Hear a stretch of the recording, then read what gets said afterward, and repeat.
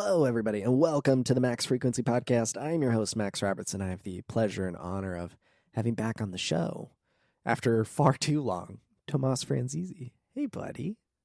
Hey, thank you for having me on. It's been like almost or over 4 years at this point, I think, which is crazy to think about. It's been a horrifyingly long time. You were here back on episode 13 of the show, in what I think is one of the great names of this podcast, Go Back to Daddy Microsoft, where we were talking about the basically $69 billion acquisition of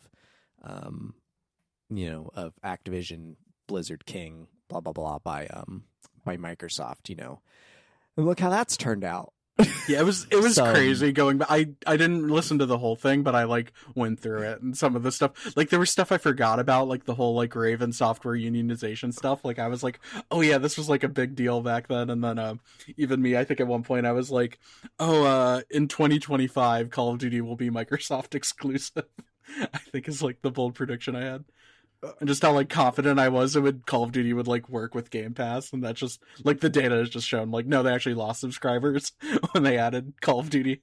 It's crazy. And then and now they've retconned that or reneged on it, where it's not on Game Pass year one or whatever, which it should have been like that from the get go. Yeah, you want people to buy Call of Duty. They shouldn't have bought Activision. It's pretty obvious in hindsight, where it was they just shouldn't have done that. But yeah, Phil maybe would still have a job. I know we'll probably talk a little bit more about this later, but yeah, it's I do think it was a thing where they kind of saw the writing on the wall, and they were like, if we need to get Game Pass to 100 million, we need to buy Call of Duty to make that happen. And then I think they just took this bold Hail Mary thing and then just completely whiffed on it. Still self-inflicted, but yeah. It's very self-inflicted. And we will talk about it, I think, in part because, like I did 4 years ago, I brought you back to talk because things are going on in the industry right now. It's like you said, actually, before we started recording, Xbox and PlayStation are duking it out to see which company could be the worst in the public eye right now. And I couldn't think of anyone better to come and kind of break all of that down. But before we do that, we got to talk about you, Tomas, and what you've been up to, because the last time you were here, you were at Digital Trends. A lot's happened since then in your career. But now you are the weekend editor over at Polygon, which is wild. And you have a newsletter, Remastered. And I wanted to talk about those things first, because as a writer, someone with a journalism degree, you're actually doing the real work. I just blog, but I really wanted to kind of dive into these two things with you, and I think I want to start with Polygon, because back in the day when I was reading a ton of video game news at first, I was like, oh, I could do this as a job. The sites you would go read were IGN, Kotaku, and Polygon. And now you work at Polygon as a weekend editor. What's it like over there? How did you end up at Polygon and as the weekend editor, which I always think is a fascinating job to begin with? Yeah, for sure. So yeah, the short history of it is I worked at Digital Trends for about 3 years. I think the last time I was on it, I just started there. I was unfortunately laid off in January 2025 while in Las Vegas for a work event. If you've seen The Devil Wears Prada 2, that first scene happened to me, which was funny to watch that movie. But then, and so then, so I've been freelancing since then at a variety of places, comic book, GameSpot, which was big for me because that was the one I read growing up. Yes. And then around the middle of last year, Valnet kind of brought me on to kind of experiment with gaming content at a couple of their other tech sites like Android Police and XDA. I did that for about 6 months, and then just with how big corporations work, that's why put money into small thing when you could put more into big thing. So they ultimately kind of went in a different direction on that, but once you're in that system, you kind of stay in it. And then there's a great team at kind of this new version of Polygon. Like I said, great respect to like what that site was before, and it's unfortunate everything that like happened when that acquisition happened, but like the new team was that's there is like very good. I knew a lot of them from like Inverse and Digital Trends, past jobs I had, and so like they just happened to offer like, hey, we have this like weekend thing, it's pretty like independent, kind of like news grindstone kind of coverage, and I was just like, oh yeah, sure, no, I'd love to be a part of that. So does the weekend editor only work on the weekend? Are you like Friday to Sunday? Yeah, pretty much. Yeah. Currently, it's like technically like a contract thing where yeah, I'm there to like make sure that everything going live on the weekend like goes fine.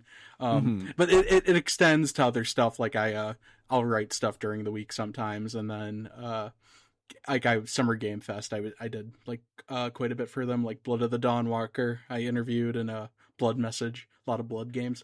Blood Dungeon. It was another one. Blood. Yeah. Game Fest. So yeah, no, I did some of that for them, and so yeah, I'll write there for the weeks. But yeah, with how it's set up, it's good because I can still like freelance elsewhere and do my newsletter, which is good. And I did kind of want that independence still with like how the position was, so I'm kind of glad to have that balance. And I'm also doing a master's program right now. I'm kind of heading towards doing my thesis. What are you getting a master's degree in? It's the degree is called Lifespan in Digital Communication. So it's technically like a fancy term for like communications meets like a little bit of sociology meets a little bit of like media studies. I'm definitely more on like the communications media studies half of it, but just because that's what interests me most. Right. But yeah, so I'm kind of in my like doing multiple things at once era for that. I think I'll look back on and be like, wow, there's a couple years where I was doing like 70 things. Yeah.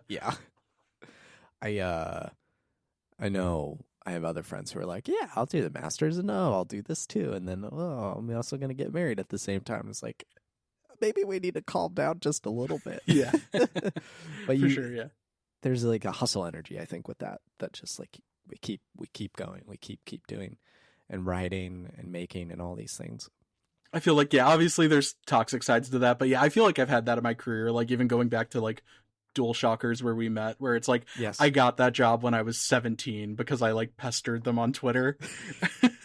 So it's like, and so there's like a hustling energy to that, and then just having the wherewithal to like stick with that is like basically not getting paid for like 4 years and then getting paid very little for another like 2, where like like that requires like a passion to do it. It does. I bugged the IGN guides team, and that's how I ended up a guide writer there. That's what we used to do, was bug people on Twitter. Now I don't think kids bug people on Twitter. They probably bug them on TikTok. Yeah, it's that too. And yeah, the one thing in retrospect that I appreciate is that I did have the space to just like mess around. Whereas I feel like if you immediately start and you're in like any of these like, Valnet's one, but there's like all of these like kind of recruiting, like I forget who owns /film and like those people, where there's some of these companies and they're basically just like looking for writers, and it's all like you're writing a very specific kind of article usually if you're hired like that.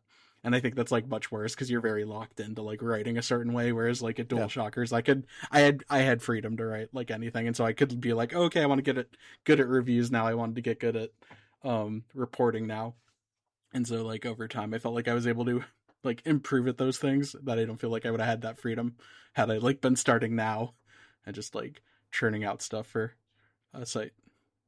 I think the only way really to do it now is either to fortunately end up in a really good team in space that would allow that kind of growth and development, or you got to do it yourself on, like, your own website, but then... And that becomes your portfolio in a way, and that's what you're showing off to other people. But that, yeah, pretty much. It's that would honestly like be my advice, is like, you do your own thing. Like, you are also more likely to have more stability if you like are doing a successful independent thing. Yeah. Where it's like, obviously there's good things that come from being in like, learning in an actual like newsroom and things like that. Yeah. But like, it's being independent is probably the best way to go right now. Yes, everyone start your own blog, your own, everything. Do it all on your own, and then make it big somehow. Yes. But clicking through like some of the recent posts you have on Polygon, it's not just gaming, which is what I always have associated with Polygon, but it's broader entertainment as well. I see some movie things from you, like The Odyssey, which we both saw last Thursday and both liked quite a bit. Oh yeah, it was fantastic. Just like it's inspired me to watch like more movies over the past week. Like that's how powerful that film was. Thank you, Christopher Nolan. I'm going again on Sunday, so a brief Odyssey tangent. We saw it at a local theater here in Central Florida called the Enzian, and they have a 70 millimeter projector, not IMAX, but just 70 millimeter film. Yeah. And there was an issue during kind of the first third of the movie where it was like out of focus. It wasn't set up right, so it was just like fuzzy in the middle of the picture, which was just a tiny bit irksome, but I was like, it's okay. It's just film. Enjoy the movie. And I didn't, I was just what, and they got it fixed in the, after that third, and the rest of the movie played fine. But then the next day we got an email, and I didn't complain about it, but we got an email and they were like, we're aware that we had this issue for these screenings. We're giving you all free tickets to go see it again. Same movie, same thing, with free popcorn and free drink. It's one of those that serves food and stuff with it. Oh, nice. Yeah. So I'm going again on Sunday. But then it was so good, I booked a ticket to go to the only IMAX theater, like real IMAX theater in Florida, which is about 4 hours south of me. I'm going to take a train and go see it in a couple of weekends. So I'm Odyssey pilled right now. Yeah, no, I'm too far from any like 70 millimeter IMAX screen to go like see it like that. But it's definitely like I saw it just in normal like IMAX. Yeah. And it was fantastic like that. Because I'm usually not even that much of an IMAX guy. Like I prefer the Dolby rooms that they do. Me too. Because the sound's like so good in those. Usually, but it was like that. This was one where I was like, I gotta see it in IMAX, and I would love to. If I'm ever in New York and it's still in one of those theaters or something, I'd go and see it. Yeah, I assume that's what happened with me in Oppenheimer. I just happened to be out in California, close enough to one, and I was like, oh, I will go see this. Yeah. And I was that guy in the meme where it's like the dude booked the front row seat in the IMAX for Oppenheimer, and it shows. I forgot that meme. Yeah. It's not Walken. It's not Christopher Walken. It's Green Goblin. Who played Green Goblin? Why am I Willem Dafoe? Willem Dafoe. Yeah. I think I forget what movie, but he's looking way up. That was me. I was in second row for Oppenheimer because it was like last minute, and I was like, "Oh my gosh, it's so big." It's a great middle time. back is where you want to be. Yeah, kind of for those. Yeah, but anyway, it's not just video games you're writing about, and at least when we wrote, it was always video game coverage, and most of your stuff, like over the years, is this something that you've wanted to write about, or is this just like, this is part of what Polygon does, so I will write about movies type of thing? What is it like moving into a more broad entertainment focus alongside the game stuff? Sure, yeah. So entertainment is something Polygon even did like pre-Valnet. Like they've actually had an entertainment section for a little bit, and it's like I still consider myself like very gaming focused because that's like what I came up in the industry through. But like I do also really enjoy like film. I like film comics and games. Like I've been into all the like nerdy stuff. So like that was part of the job that I was just like, oh cool, I get to write about this stuff now. Like I write if it's like a relevant weekend, I write like the box office stuff on Sunday, which is fun because I remember being a teenager like going on IGN or Deadline or wherever and like reading those like Sunday box office stories. So I'm like, even if I'm doing that for someone now, it's kind of cool to be that guy. And like I've been trying to put a little bit more of an opinionated spin on them. Like with the Odyssey, I kind of wrote about how it's a testament to like people will go see movies that humans actually make and then talking about like with when Supergirl and Minions kind of underperformed, I was kind of like, oh, this is kind of like an end of franchise filmmaking in a way where like franchises don't guarantee like massive success, which Minions is pacing out well. That's a tangent we don't need to get into, but it's But it's a thing where where it's just like I think that's the fascinating thing, just seeing with films this year, where you see like how well Obsession did, Yes. and like how poorly stuff like Moana and Supergirl did, where it's just kind of like, oh yeah, there's this shift where like even just a few years ago, you could be like, oh, big IP film, and it would like, you'd comfortably make above like 50 to 70 mil on it, and then now it's like, oh no, you can like do that and make like under 40. Barely anything. Yeah. And it's, with Spider-Man coming out in a couple of weeks, I feel like that will do well just because it is Spider-Man. But maybe the MCU fatigue is super real, because, I've kept watching all of the movies, not the shows, since post No Way Home, but it's been rough, dude. It's been a dark time in the MCU. I do ultimately agree that it's it's both a quality and quantity problem, where like I do think people will like a great franchise movie, where it's like I do think like it still can be a draw, but it's more like it'll draw them in week one, because like the other thing you're seeing a lot with like Fantastic Four last year, a lot of the Marvel stuff, the new Mandalorian Star Wars movie, is they have these huge week ones. I mean, even Supergirl, which like underperformed, Supergirl had like a comparatively big week one, and then there was like this massive drop off into weeks like 2 and 3. And so I think we're at the point with the franchises where it's like, yeah, franchises will get people in the door like week one, but like you have to be like Superman last year, where it's also like a good movie that gets people talking, and then it's like, and then you'll pace out better, or you need to be something like that people feel like they haven't seen before, or just resonates, like Obsession, which I feel like taps into just like Gen Z anxieties in a very much in a way that like no other film has done. And then like the Odyssey, which is just like amazing. Like the Odyssey is a blockbuster done right, though. It's a prominent director, an incredible cast, and then I think what helps a lot is while the Odyssey is obviously based off Homer's poem, it is original in the sense of like Christopher Nolan's not doing the next Iron Man movie or the next Star Wars, or Nolan, the only time he really has done sequels is his Batman trilogy. Yes, and most of it's original too.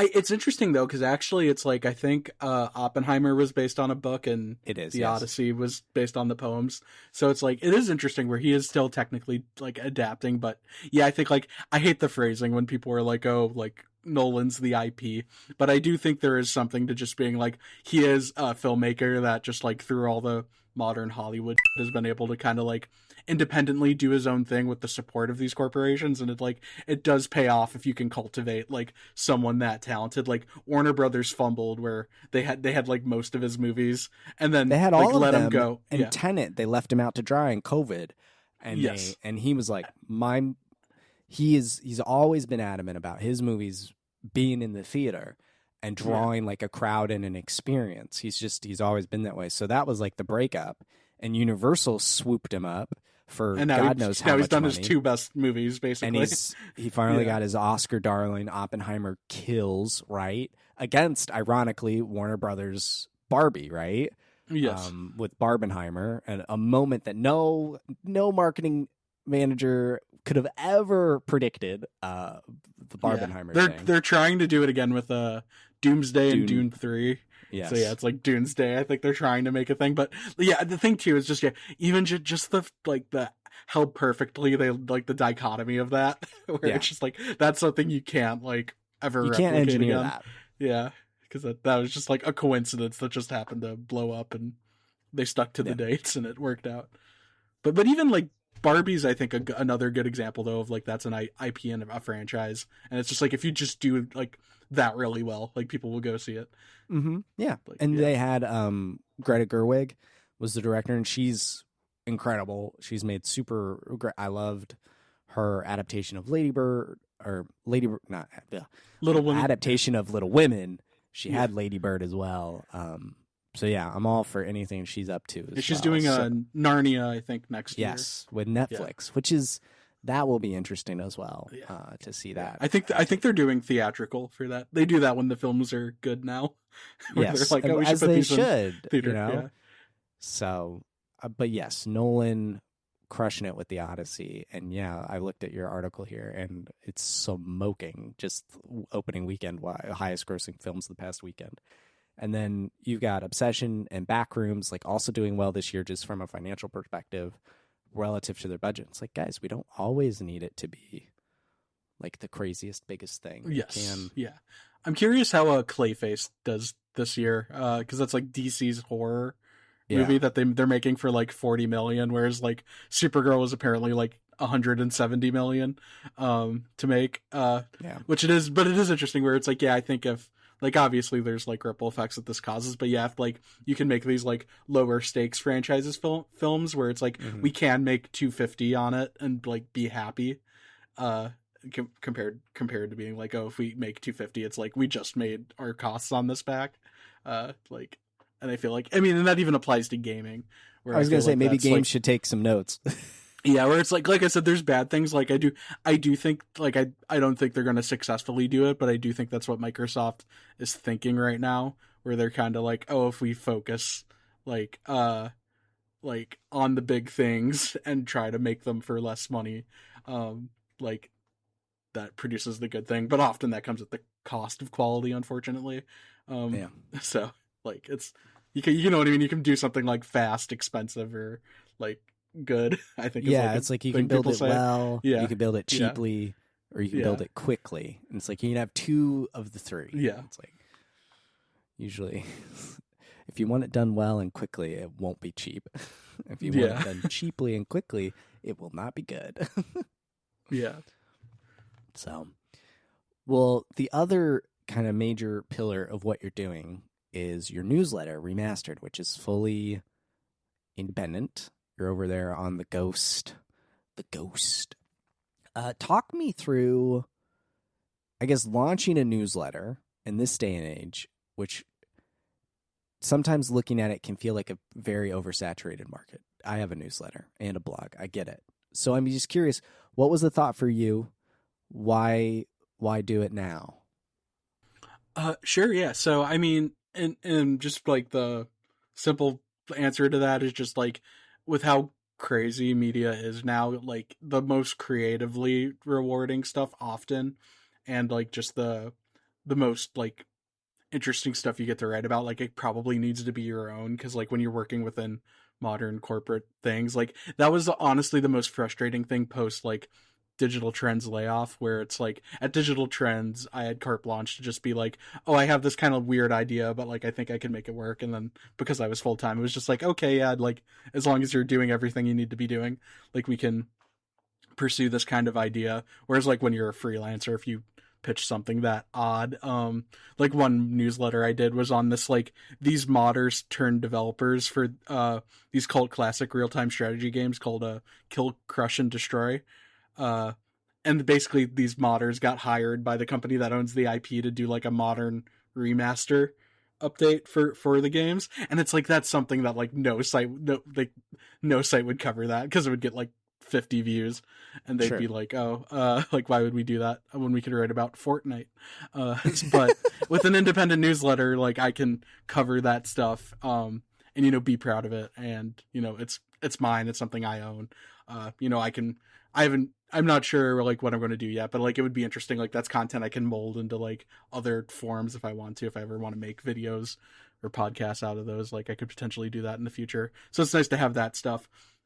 And then I also, it's restrictive in some ways, but I do also like having a focus kind of where I do keep it fairly broad, where I can still kind of use it to blog on current events like the Sony physical media and Xbox stuff we're discussing today.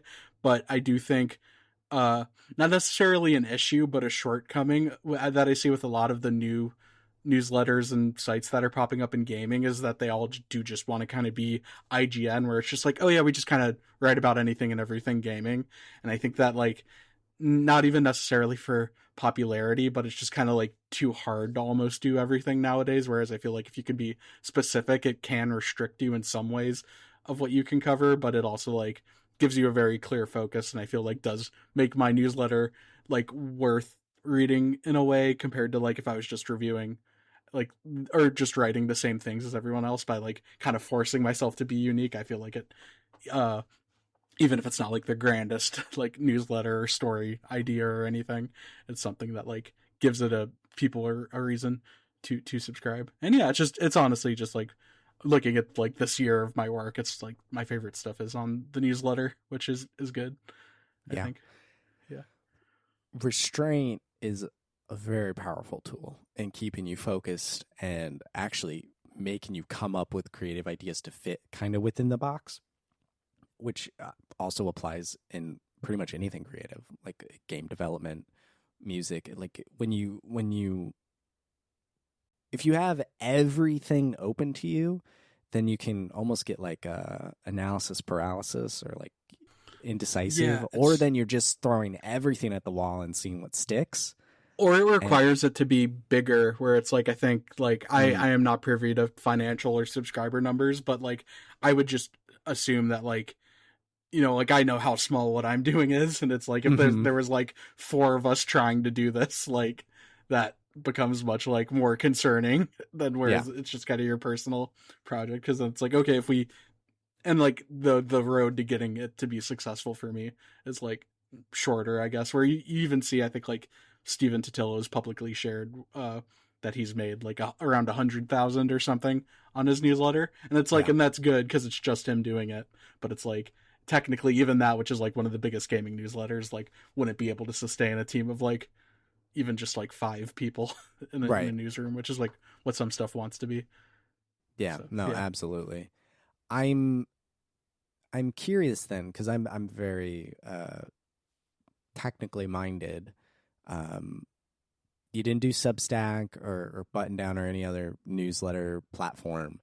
You chose Ghost, which is part of the or can be federated. I think Platformer by Casey Newton is on Ghost. They left Substack as well. So I'm just curious.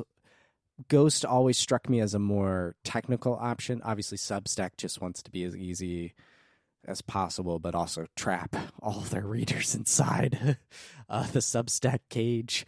Why Ghost? Why did you pick Ghost, and how has that been, just from like the back end perspective? Sure, yeah. So yeah, I am not like a technical person at all. So it was I think, but that is good that I think it's like open source, and if I ever do want to like mess with it a lot, I can. So I think that's good. Substack, I think, just also has some like controversies and people they support on the platforms that like I didn't love. There's already like a lot of competition with other gaming newsletter things, and they don't even do a good job of like grouping them together. Like I think they don't even really have like they'll focus on some topics and they don't really on gaming for that, so that makes it less appealing. But then the big thing is actually how I mentioned my thesis earlier. One of the professors I'm working with on that, like Dr. McNutt, he also does a newsletter called Episodic Medium, which it like reviews TV. Like it's a lot of former AV Club people, because he used to review stuff for AV Club. Like a lot of their classic Office reviews that are read on like Office Ladies were actually like written by him. So he does this Episodic Medium, and when I was starting this, he's like the main advisor on my thesis, like we were talking through it, and he was just like, oh yeah, Ghost is very good, and it's like less problematic, and it's more open source and like self-owned kinda. So I was just like, oh yeah, I'll go with that, where it's like maybe Substack would give me a little bit more reach and more tools and things like that, but like I'm happy. And even with how technical it is, like Ghost is actually very simple in terms of UI and kind of like WordPress, which I've worked a lot in. So it's pretty, like, I don't want to have to do all this crazy stuff to get newsletters or feel like I'm part of this like weird ecosystem when I do. But I could just, have a simple CMS, own like a URL that's unique, and like write it on that. I definitely am of the philosophy of owning as much of your stack as possible. That's definitely like I tried to help my mom unsubscribe from a Substack newsletter one time, and it was like pulling teeth. I couldn't believe it. I was like, I just want an unsubscribe button. It's over. I will break up with you. You cannot stop me. But please make it easier for me. Goodness gracious. It was don't know that I'm demanding that, but but I get that. It's everything nowadays. It's just like, oh yeah, it's somehow legal to not let you unsubscribe easily. Yeah, we'll make it super easy to sign up. We'll make it impossible to unsubscribe. It's yeah. I think even the legislation for this got thrown out. But yeah, it's like where you go in an app and then it makes you go to like the website on your phone to like unsubscribe from like an app, and you're just like, how is this like this all needs to be done within the product. Yeah. Thank you very much. We agree on that. So you wrote, I want to say this might be on your about page. I think, yeah, this was your about page. Your perspective, like the kind of the pitch of Remastered. I'm going to read your words to you. How's that sound? Remastered will prioritize games from the past, but I don't want to do so under the lens of, quote, everything was better in the good old days of gaming, end quote. I find that sentiment permeates a lot of nostalgia and retro-focused gaming content. The biggest strengths and weaknesses have evolved over time, and the coverage of older games should reflect that. First of all, I love that. That's a beautiful way to kind of frame everything, because there is a ton of nostalgia and retro-focused content. It's like, ooh, do you remember this game?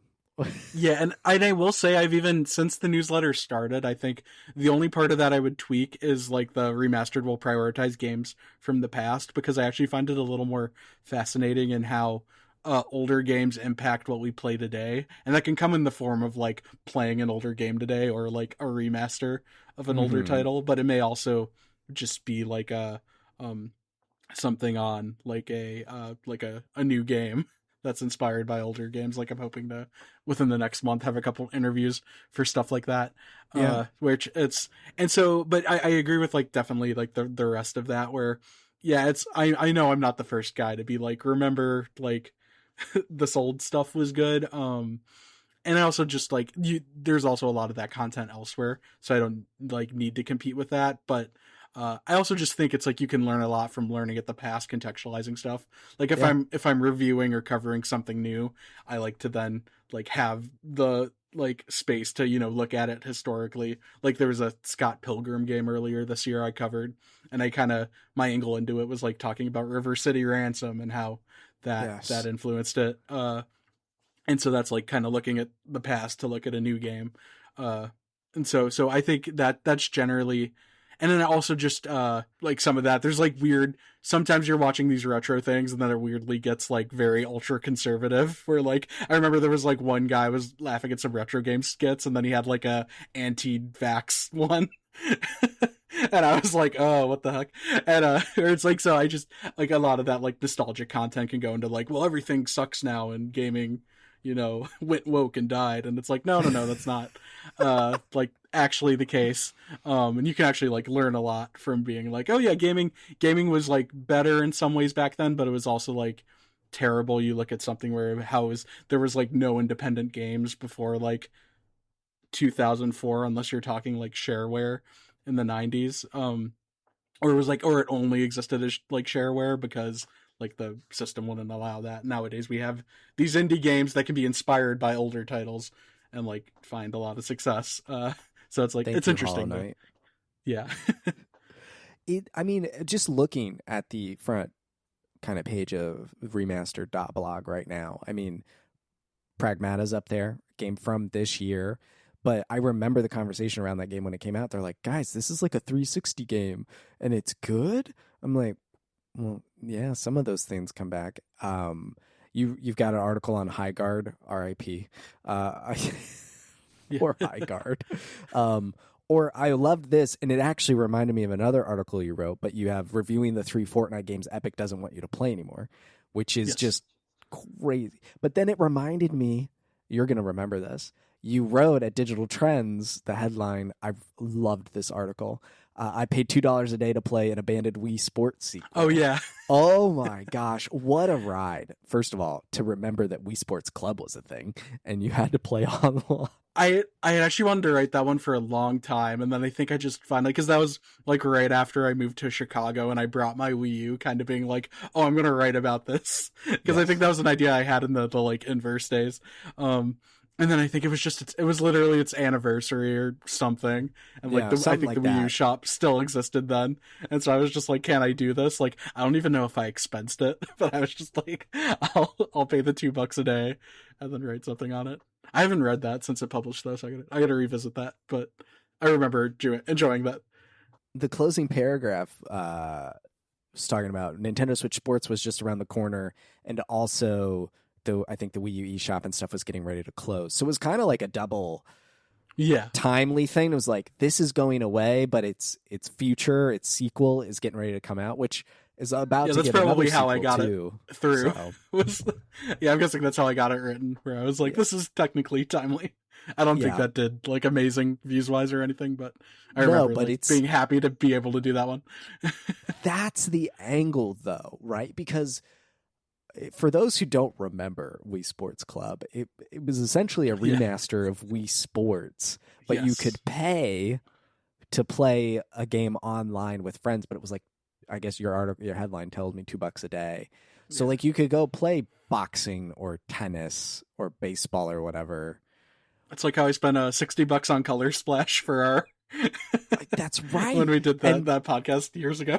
We did. Oh my gosh. I bought that used at GameStop, and I think it was like $45. And then you were also on, I remembered, our Pokemon X, because you're a big old Pokemon X guy. Did you like ZA because it went back to Lumiose? So actually, I am not the biggest. I like the Lumio stuff. I actually just was not the biggest fan of the real time gameplay, because I essentially noticed that if you like Z-locked and just walk strafed in a circle around every enemy, you would never get hit. So thanks, like I basically every fight just became like, okay, what Pokemon's super effective? Okay, time to circle strafe. Yep. So I wasn't, but it was cool. I really like Lumiose and Kalos as a region though. So like it was cool that they like tap back into that.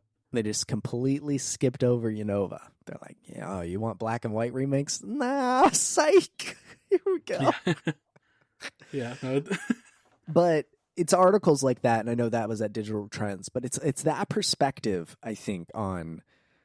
Yes. Because I actually also had a save state at Digital Trends, because that's actually where kind of like the what Remastered is a spiritual successor to, is like the last year I was at Digital Trends, they were kind of like, oh, we want to have like more like column based content that like makes you more of a personality, is something we can sell. And so I tossed around a couple ideas. I think I wanted to do something more game design focused, and then I was like, writing about game design's really hard and like very dependent on what comes out. So that didn't really come through. And then finally, I think around like the middle of 2024, I like kind of the idea, like I kind of was like, oh, what about like a retro focused newsletter? And then was immediately able to write like a bunch of like pitch ideas for that. And then we launched it in August. I wrote like that was bi-weekly, and then it went through basically until like literally one of the day after I got laid off. I think the last save state came out, and it was actually like a pretty wonderful coda on it. It's the one this rare SNES game was lost to time, and now it's getting a second life. And then I think the final like bit of it is like, at this point I've spoken to almost every company responsible for the current wave of retro remasters for this column. There's a connective hope between everything that companies like Ziggurat, Limited Run, Digital Clips, etc. are doing through projects like Rendering Ranger, R2 Rewind. They aren't just capitalizing on nostalgia, but reminding the game industry to respect its past, its future, and each other, which is like actually a wonderful coda for like the entire newsletter. And then that ended up being the final one. The final one. And then I think then at the time I had like the Sims anniversary thing, and then that ended up getting picked up by GameSpot. So that's like technically the last save state. But then when I was then like, oh, I want a unique angle for my newsletter, I'm like, well, it works for save state. Here's legally distinct save state. And so I went with and then I came up with the name Remastered, and I was like, oh, that's a good name that's somehow not claimed by like a publication. Really? Yeah, because actually, it's. I just was like, oh, this is taken everywhere, but Tomas is just owning it. No way. No, it's I looked and maybe there's like something, but there was nothing like when I looked it up, that it was like very obviously like just remastered. Maybe you could disprove that. Great get. Yeah. Oh, that's crazy. Yeah. Oh yeah, it's so weird. Like I even remember save state. I got like a bunch of compliments of like, oh yeah, how did no one have save state ready for your I remember yeah. Our friend Logan Moore, he's over at Comic Book. They had a show there for a little while, a podcast called Quick Save that I was on a couple of times. I'm like, that's a good name. And then, do you remember Drop In, Drop Out at DualShockers? Were you ever on that one? Yes, I think I was. I was on the Shock cast more when we had that. But, hilarious name. But yeah, no, I remember very briefly. Drop In, Drop Out was the thing. Well, yeah. So obviously that show went on to die, but now there is apparently another gaming podcast called Drop In, Drop Out that is quite successful, at least comparatively. Mike brings it up every now and then, which I find very funny that they had the same, they have the same name that we used to have. It's so even funny. I think like Destin from IGN started a channel named like Save State Plus.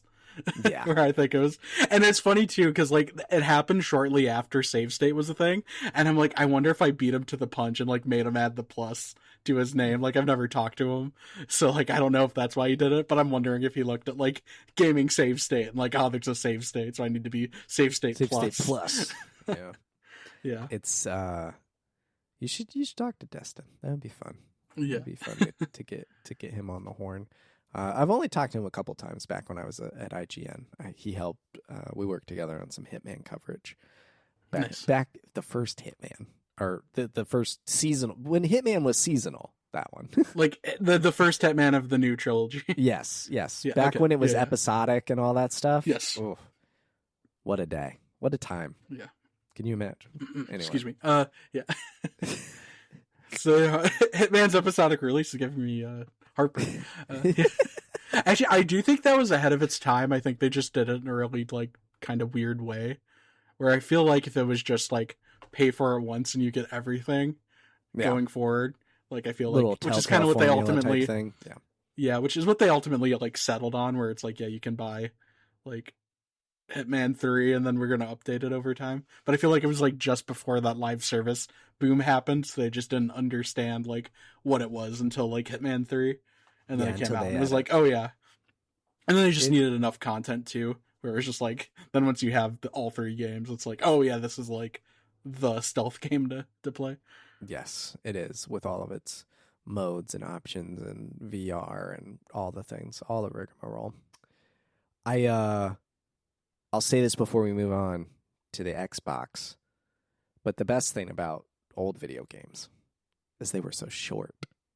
I just beat the original Sly Cooper the other weekend. I beat that in like 2 days. It took me less than 7 hours. Best Sly Cooper. It's my hot take. It's the best one, better than 2 and 3. Really? Yeah. It's focused, but it's because it's so like it has some like weird stuff, if I remember, that like doesn't age well, but like it's just so focused, whereas like 2 and 3 like just expand the scope. Where I think like two I would accept as like also being the best, but I think like 3 and 4 just like got a little too ambitious. 2's my favorite. Yeah, which is like I understand that. Yeah. I do like being able to play as Bentley and Murray. But they kept it to them. They didn't expand the team. They didn't do like the Oceans thing where like the team is growing, which is what 3 would go on to do. I think I like this, but I think the weakest part of 2 is they double up on a couple of the villains where like you have 2 levels back to back with the same villain.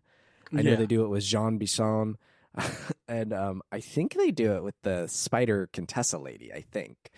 So like out of the 8 episodes, 4 of them like, are two sets are back to back ones, and so it's like, okay, it feels a little patty, but yeah, for sure. Ironically, to tee up the next conversation, Sly 2 is the game that taught me about console exclusivity, because when I was a kid, I only had I had like the DS and Game Boys, but in terms of like home consoles. I only had an Xbox, and I remember being in like a Target or something and seeing Sly 2 and being like, this is amazing, I need this game. And I just had to be explained like, no, you don't own what that's on. And I remember that taught me of like, oh, there's some games that are only on like PS2 or Nintendo. And so it's like, I'll always, and I remember it's like we finally got a PS3 years later, and then I finally had enough like allowance, and I went to the store and bought Sly Trilogy for the PS3, and I think Luigi's Mansion Dark Moon. Yeah, like, and I bought those both, and those were some of like the first games I just like bought completely on my own, and I remember being like proud of that. I remember, so I was always a Nintendo kid growing up. My parents were very like Nintendo, family friendly, all these things. And I honestly, it was super great because I felt like I had always the best games. But all of the kids on my street had PS2s. So I would play all the PlayStation stuff at other people's houses. So that's where I was introduced to Kingdom Hearts, Crash Bandicoot, Sly Cooper. I played the entire Sly trilogy at my friend Ryan's house down the street on the corner. I just played those games at his house over the years as like they came out because he would get them all. Yeah, that was me with GameCube. I remember I have nostalgia for some GameCube stuff, like because I had like neighbors that had those systems. Yeah, I was never really a PlayStation. Like I think I had like one they were twins. I had some friends that had a PlayStation, but I don't think I played that as much as like the Nintendo stuff with them. Yeah. So. And I just remember like, oh, they can play these games because they have PlayStations. And so then eventually when I got my PS2, like those were the games that I went out and bought first. Honestly, probably at the golden age time to buy them because they were, super cheap at GameStop. Like you could go in and get a game complete in box for $5-10 now. Yeah, it's crazy with how, everything's more expensive, but yeah, there was like a sweet spot in the 2010s there where I'm like, oh yeah, I should have just like bought up everything when it was like $5. All the things we should have done, but we just didn't have the money for it. Or put that money in Bitcoin. Yeah.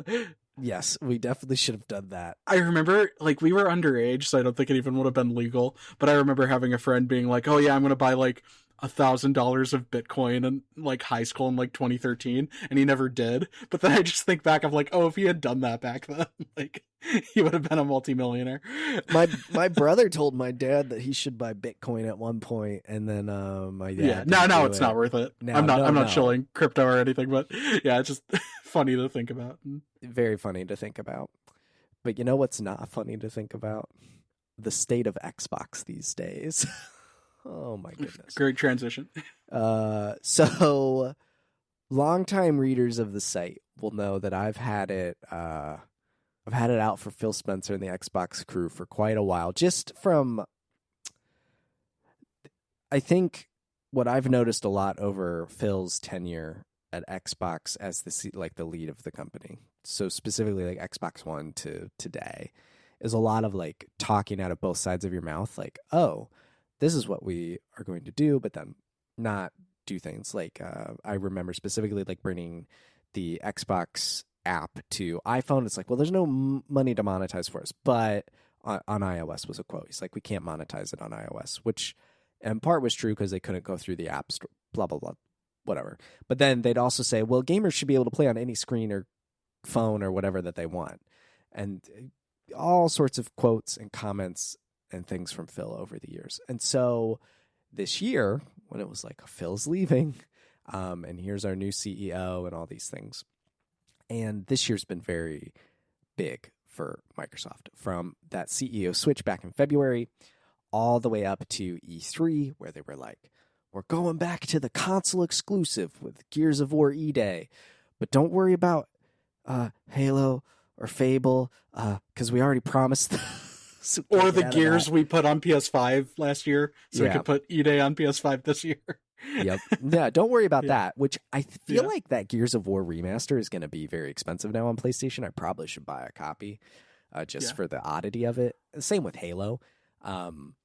But then after E3 and all of this goodwill earned, they kind of go and burn it all to the ground by completely restructuring the company, laying off. To be clear, not even like a couple weeks. It was literally like the Monday we all got back from E3. I think the report came out that was like, oh yeah, now they're shutting down 4 studios, including the one that they revealed a game for yesterday.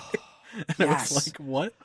Yeah. It's insane. So yes, they are not shuttering. They're like letting studios go, selling some studios. I think, is it 3,400 job layoffs in Microsoft? Yeah, it's 3,200 jobs. Around 1,600 happened on July 1st. Yes. The other 1,600 are just looming over and no one knows who they are, but at some point over the next 12 months, they will let go of another 1,600 people. And one of those two numbers includes the studios they're divesting. But I mean, it's still like just one of the biggest at once, like mass layoffs we've seen. It impacts like some amazing studios. They gutted it. They like got rid of Double Fine and Compulsion. And I'm glad those studios were able to save themselves. And for the developers there, but like, it's still obviously like stupid for Microsoft to buy them and then let go of them, later. So like a bit of context, I guess, to maybe catch up people who aren't really familiar. During the 2010s, when Phil took over Xbox and the Xbox One was not doing so hot, Phil Spencer kind of had this vision. And I think Jason Schreier's video on like how it got so bad at Xbox kind of does a really good overall explainer. I'm going to truncate his truncated explanation. But he's like, we need studios and a catalog, and then had this vision for kind of a subscription service. And so they started buying up tons of studios, forming their own studios. I remember being so excited that they were making the initiative and being like, oh my gosh, they're going to build their own Naughty Dog. This will be great. RIP, the initiative never shipped a game. Just untold millions of dollars essentially down the drain. I don't know what could have been salvaged. And then they bought Bethesda. So, you know, all of those, the Skyrims, the Starfields, all of that. And then Activision, King, and Blizzard, like we mentioned before, what's the last time we talked about. But they bought Arcane, Double Fine, Ninja Theory, Compulsion, Playground, Undead Labs, I forget. Tons of studios. inXile, Obsidian. Obsidian. And then all the ones with Bethesda. Yeah. And then all the Bethesda stuff. Thank you. Yeah. Then Game Pass doesn't really pan out the way Phil had hoped. Now, to have a subscription service, you have to have a catalog. To be clear, it still had 30 million people subscribe to it, which is a lot of people, but they wanted 100 million. Yes. Or 70 million are the statistics that were like thrown around. Right. So at the scale that they needed, especially after spending, when you throw in lawyer fees and stuff, they spent over $70 billion acquiring Activision. I feel. I know. I think Bloomberg, Cecilia reported like it's basically 100 billion when you total like, because they were spending like $1 billion a year on Game Pass third-party content. They spent like 69 to 70 on Activision. They spent like 8 or 9 on ZeniMax. So when you add it all up, it's basically they had spent like $100 billion at a time, like when Microsoft could have used that money to buy OpenAI, and they probably would have, like, the CEO and CFO would have rather done that. So it's like that kind of, I think, put the target on Phil Spencer's back. Because when you spend that kind of money and go through all of that effort, and you're not getting the numbers needed to justify that, 30 million sounds incredible to me. Sounds great to me. But when you need 100 million to make those kinds of purchases make sense, it's like, well, now we're in context here. And so Phil has decided to retire. Honestly, probably was kind of told like, you can retire or you can be fired, and he left. He did an interview about a month before, I remember, where or maybe it was a little bit before. It was after one of the Xbox shows, and I remember him saying, because it was at the time that like Shu from PlayStation was making the rounds on a lot of podcasts, and they were asking him if he'd do that after he retired, and then he's like, "Oh no, I'm not going to be doing like the podcast rounds after I'm done at Xbox." And then like a month later, he was gone, and I'm like, it's like, oh, so he knew that like Xbox is going to implode once I leave, and it's gonna like be pinned on my failure as a leader. And so be curious when whoever does get to speak to him eventually, because like I would hope someday God willing. Yeah. I can't imagine what the NDAs are like leaving Microsoft in this type of situation, but like I would hope Phil could write a book about this, because I know Yes. you will know the answer to this. I cannot think of his name. Who was the CEO of Xbox during the Red Ring? Oh, Peter Moore Yes. and Don Matrick are the two. Peter Moore, he just wrote a book Yeah. not terribly long Yes. ago. So I kind of hope like Phil could do that someday and really, Yeah. hindsight's 2020, right? But we were not in those meetings, and Phil is a gamer. I know that, and he has a passion for it, but he just bet on the wrong horse. Yeah, it's a thing where it's like, I think it's not our job to do Xbox's job for them, but ultimately I think it was just like Phil bought the studios he liked, and Phil liked RPGs, Phil liked shooters. And so I think if you are looking from that more corporate angle, where it is like, does it make sense to buy Obsidian and Bethesda and In Exile? Does it make sense to buy the people who make Doom and like have Halo at the and Call of Duty and Halo? Like, whereas in terms of just like a more holistic subscription, but I think ultimately even just like, and what woulda, coulda, shoulda, but yeah, I think it was just he just, like you said, kind of talked out of both sides of the mouth. There were always lofty promises like Xbox for a long time, and I was even culpable of like buying into this. It was very much like, oh wow, our 2020 is going to be amazing. This is the best lineup of, like, it became a meme where it's like the best lineup ever, like that they said it like three threes in a row, where it was just like, and then you would just have these years like 2022 where they like, Pentiment's great, but they shipped like As Dusk Falls and Pentiment, and that was it for that year, when they had spent all these monies on studios. So like, you can't expect like a Game Pass thing to grow when you're making all of these investments. I mean, even for as much money as they spent on Activision Blizzard, they kept those games multi-platform, and it was really only like one more game a year. And yes, it was the biggest game, or the third biggest game, I guess.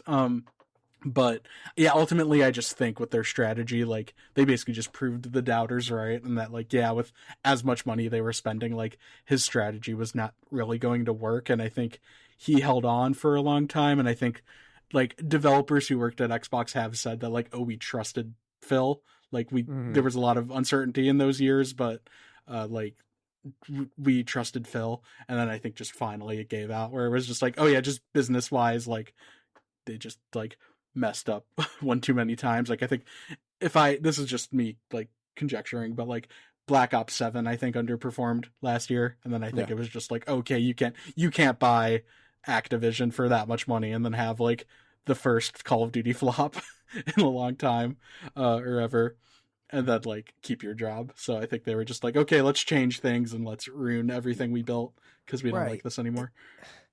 And you have to think like, the just overlap that naturally happens when you balloon your payroll and employee count with all these acquisitions, and then you've got managers and producers on like 3 different levels across 3 different companies, and it's like there's too much redundancy here, and it's horrible that these people end up losing their jobs, especially after years. It's truly horrible for the other 1,200 or 1,600 or whatever that number was, of people who don't know if they're going to lose their job right now. And then that doesn't count the ZeniMax firings as well. I think because they kind of semi-operate separately. It's so strange and hard, and they have to basically rebuild the brand, and that's what Asha is doing, and she's going to take a lot of heat. She is taking a lot of heat. She's making hard decisions, and she can make them because she wasn't a part of, like, she can come in and kind of be a calculated. I believe it's called like a glass cliff when you like promote someone like that to like take the brunt of everything. I mean, I guess I know you're not like being forgiving, but like, I don't, like, a lot of people go like, oh, poor Asha had to do this. And it's like, it's not that, it's Microsoft, like, where they eat, and then now is like, oh crap, our plate has on it. Like, let's throw this plate out and like build a new plate. And it's like, you're right. And it's like no, you had the good plate and you on it. Like, this is all on you. Well, I think, and so this is from that video Jason did as well. And kind of, so the other part of this, like you mentioned, Phil's buying the studios he likes, right? His vision is Game Pass, which just needs a catalog. It doesn't necessarily matter on sales, it matters on subscribers. And so, according to Jason Schreier, if I'm remembering this correctly, essentially Phil's attitude was like, don't worry about sales or shipping necessarily like super, super quick or hitting these like annual kind of markers. Like, just make what you want. And for a studio like Double Fine, that makes sense. Like, you want Double Fine to do Double Fine. You don't necessarily want all of your studios doing that, per se. You kind of want a more rigorous schedule. But then when you have that be the instructions for the next X amount of years and a game takes that long to make, and then the attitude at corporate shifts and it's like, well, where's our Fallout New Vegas 2? And where's our Skyrim number 2? And where's our so on and so forth and so on? Yeah. Then everyone's in trouble. Yes. Oh yeah, for sure. It was definitely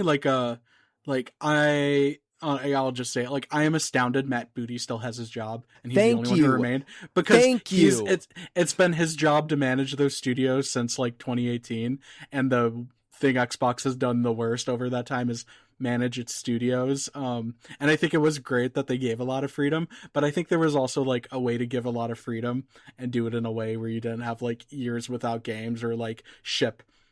Like, I remember there was like August 2020, they shipped a bunch of stuff and then they had nothing the first year of Xbox Series X. And it's like, and then like 2022, they had nothing. And then they had like a bunch of stuff fall of 2023. Last fall, they launched like Keeper, The Outer Worlds, and one other thing in the ROG Ally, all within like a month of each other. So like, obviously something like Keeper just doesn't have the fantastic game, doesn't have the space to do well. Right. Because like it's the marketing and just everything is going to the other games. And then just ultimately where it's also those studios were told they didn't need to be profitable and then were punished for being like not profitable. And they were then also being punished for the failure of Call of Duty, which like as of now wasn't hit particularly hard by like the layoffs as we know of. So like, and I know that's from stuff I've read, like a sentiment at a lot of the studios that were impacted was kind of like, oh, Call of Duty flopped, so now like we're losing jobs. Like id Software is letting go of its engineering team because Call of Duty wasn't good, and the past 3 Dooms have been the best shooters of their respective years. Better, certainly better than Halo, anything 343's put out in quite a while. And I think there was a way to like save these jobs, and like cynical IP brain like just be like, hey, Compulsion, can you make a single player Sea of Thieves game? Hey, Double Fine, I'm sorry, but we need you on Psychonauts and Banjo. Hey, Arcane, we need you to be back on Dishonored. Like, there's a way to keep these studios around and not lay off developers and refocus on your biggest franchises. Yeah. Like, even if you're being a little more cynical and controlling and being like, hey, we need to hit these dates. And so it's just, to me, it's like, I can't justify the layoffs in my mind because of that, because it's like, you still could have done this like pivot towards the big IP strategies and been like, oh, hey, Ninja Theory, what if you made like Melee Call of Duty or something? You know what I mean? Like, there's ways they could have kept jobs. And I think they, especially with how much money they're paying executives at the company, and how little the companies they let go compared to some other stuff, like, has an impact on Microsoft's bottom line. Like, Double Fine is like wasn't the biggest studio. It's like, it's one thing if Double Fine was like 500 developers making Kiln, but it's like, it wasn't that. So you could keep a Double Fine, but they're just like, when you have an executive that doesn't understand like gaming and a company that doesn't really care about like quality of like life for the devs making the games. Yeah. And it's hard. I mean, Kiln, technically a live service game in a way, like an online multiplayer game. Like, that's got to be hard for Double Fine to pit. It seems super creative, but it's like, what's the life expectancy of this compared to their other titles? I don't know. Yeah, that one also kind of got left out to die, I think, because it was right during the transition period. So like they did not market that for launch at all. Where it's like, I mean, I don't think Kiln was going to be like Roblox 3 or anything, but it was like, I think that could have done better had they like given it the push of like, hey, here's our live service game this year, but they just kind of like put it out, and we're just like, oh darn, this didn't do well. Maybe we should get rid of you guys. And it's like, no, you told us to make Kiln, and then didn't market it and just tossed it into Game Pass. Like, so yeah. Oh, and by the way, since it didn't sell super well, we're gonna let you go now. You're just out on the wild again. Double fine. Oh yeah, no, it's even no. I mean, I even think about that because, like, I mean, to be frank, when I left XDA, we had actually grown month over month, like my first month, writing there. Mm-hmm. And like there were some site issues in December that kind of made it more stagnant, but those weren't even gaming section specific.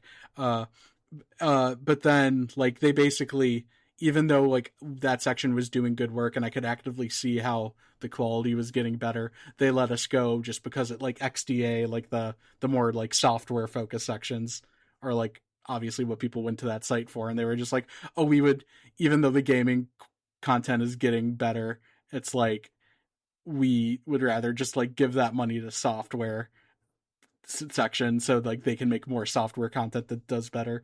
And so that's kind of the brain that I think Xbox is looking at it, where they're like, okay, we could give Double Fine this money, or we could like add that like rounding error into Call of Duty's budget, and like maybe it'll do better or make us more money if we can like use that money on licensing like a singer to have a skin in the game or something.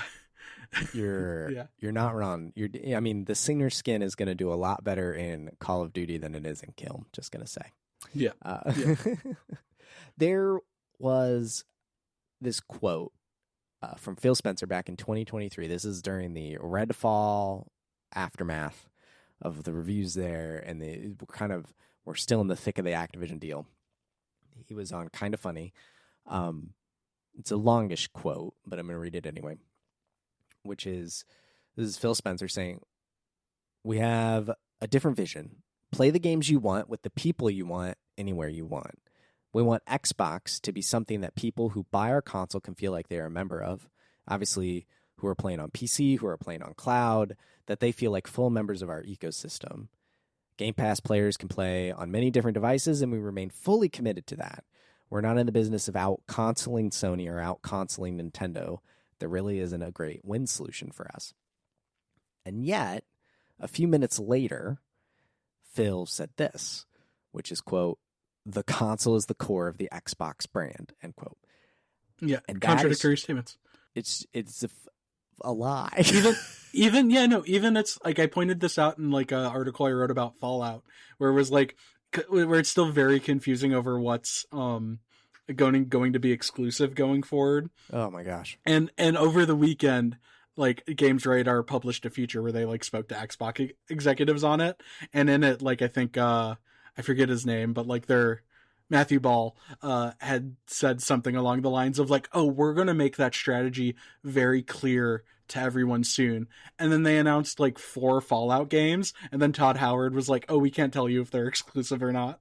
And it's like how easy of a quote unquote win, like among all the other stuff. But like if they had come out and said like all those all these new Fallout games will be Xbox exclusive.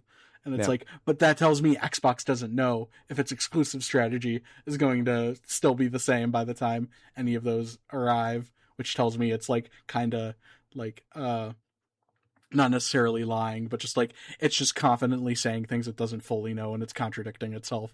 It's like telling players one thing but doing another, or telling players 2 things at the same time of like, oh, like we'll be clear to you about exclusivity, but it's too early to talk about exclusivity. And it's like those aren't really compatible. This has been like an issue with Xbox and the game, I think, kind of outside of Nintendo. It's a Nintendo exclusive. But we mentioned this before we started recording, but Rise of the Tomb Raider back in E3, 2014. I forget. I mentioned to you earlier. Anyway, it was an Xbox exclusive at the time, and it was said exclusively on Xbox during the conference. And then all these waves of questions came out, and later on, it would just be proven to be a 1-year console exclusive. But the messaging has always just been, what is an exclusive, what is not. And you think about this E3 where Asha opened up their video with like, we're proud to announce E-Day is an Xbox console exclusive, still coming to PC. But then the next two games they showed, which I think were Fable and Senua.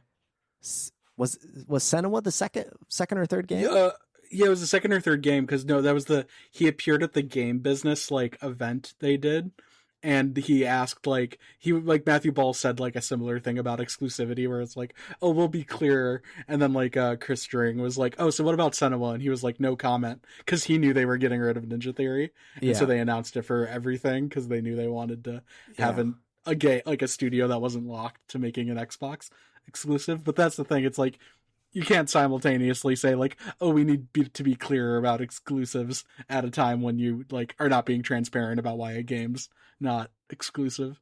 And then 2 years ago, almost now, a year and a half ago, the infamous "This is an Xbox" campaign began, where Xbox meant nothing.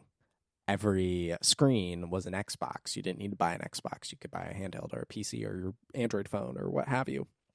And I think that really just kind of killed the whole console thing. And when you pair that with reports at the time of Microsoft buying or signing deals for fewer components because it wasn't selling as well, and then you extrapolate that out to our current RAM and storage crisis, that's why you now have $800, $900 Xbox Series consoles. And to be quite fair, all consoles are in this space, all electronics are in this space. But at least like the PS5 Pro. But at the same time, now Microsoft's pivoting back to hardware when it's so expensive, which is the confusing thing about their current strategy. It's like, I think they almost, even though that was also very flawed, the like publisher route they were going, like maybe would have been better for like the future of console gaming hardware. But like now they're pivoting back to consoles, and it's like, okay, will that succeed because you're not going to sell like 100 million like Xbox 5 or whatever the next Project Helix is. It's especially when both it and the PS6 will likely cost $1,000. And as someone who paid $850 something for a PS5 Pro, like I can't get a PS6. I can't do it. Like I'm gonna have to write. Oh no, I almost bought a Steam machine, and then I was just like, it's not worth it at that price with like the older with the hardware gaming inside. PC I already have. Yeah, where it's like, I'll probably still buy whatever PlayStation and Xbox do, just because it's kind of like core to the work that I do. But it's like, if I was casual, I wouldn't be like, oh yeah, I need to go out and buy a new like PS6 because they're still releasing games for PS4 that I can play. Yeah, so, I think the cross-generation really is now kind of the standard, and like I will be able to play, quote unquote PS6 games on my PS5 Pro. Like I'll just play that version of it, and I'm gonna have to be fine with that. I'm usually like a pixel and quality snob, but like I can't afford to be that in the coming generation whenever that begins here in the next year or two. So it's very interesting. Xbox really, I think, in the end, kind of probably should have turned into a Sega a lot sooner, where they're just a publisher and developers of things, and they gave up on the hardware side of things. I think that's what's in the cards for them ultimately, but they have at least one more console theoretically in them, and we'll have to see what it is. I will say, I do think they release a new console. Like, I do think it is. I think this is ultimately I don't like making that bold predictions like I did on the the Blizzard new thing, but my one bold prediction is basically like, I do think Xbox will do whatever this like Asha Sharma pivot is, where it's like, we're going to release a new console with exclusives. I don't know beyond that. I think the success or failure of that pivot will determine what happens next. But like, I do think genuinely that like what they're doing now is just like, is there any way we could like salvage or make this into a sellable subsidiary? Mm-hmm. And so they're just like kind of doing this once again, doing a Hail Mary, which they're like 0 for 1 on right now with the Game Pass strategy.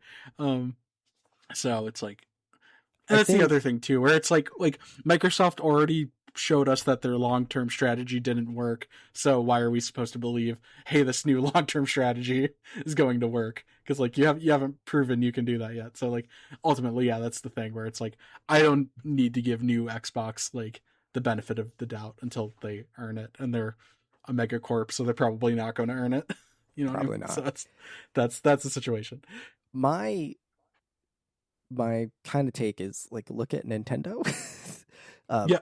They have always been rock solid in exclusivity. Like they do not waver.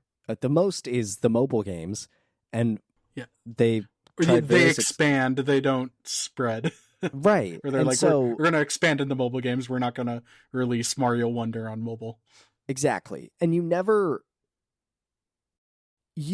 wonder. I could go up to any average consumer in a Best Buy or Walmart or whatever and be like, what do you need to buy to play the Mario game?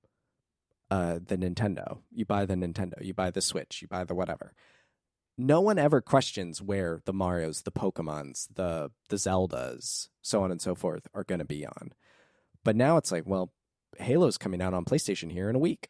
It's like, but then the next Halo won't be on PlayStation, so you got to go back to maybe your Xbox or your PC. And I think, really, they just need to boldly assert that their games are console exclusive now. Like, if we own it, it's ours. You want Sky or Elder Scrolls 6? Buy an Xbox. Now, that is negating a massive install base on PS5 and PS6. I wouldn't be surprised if that's where they're heading. Yeah. I wouldn't be surprised. I do think, I guess another bold prediction, I think next gen will be the split. Like, I think this generation, they probably just already made too many deals. Sure. Of, like, over the past couple of years of like, oh yeah, these games will be on PS5. Like, I'm sure they hate that they confirmed Fable for PS5 when they did in January, because if they hadn't done that, they could have kept it exclusive. But yeah, and same with like Forza Horizon 6, where it's I just think they kind of had these contracts that were too much, and I think with the next gen console, like, I could definitely see them being like, okay, we're gonna, unless it's like Call of Duty or Elder Scrolls Online or one of those, like, this is like obviously a multi-platform thing, like it's going to be on Xbox. That's like a potential approach, but like by then we could also be back to like, hey, actually we need to be on everything again because the hardware situation's gotten worse.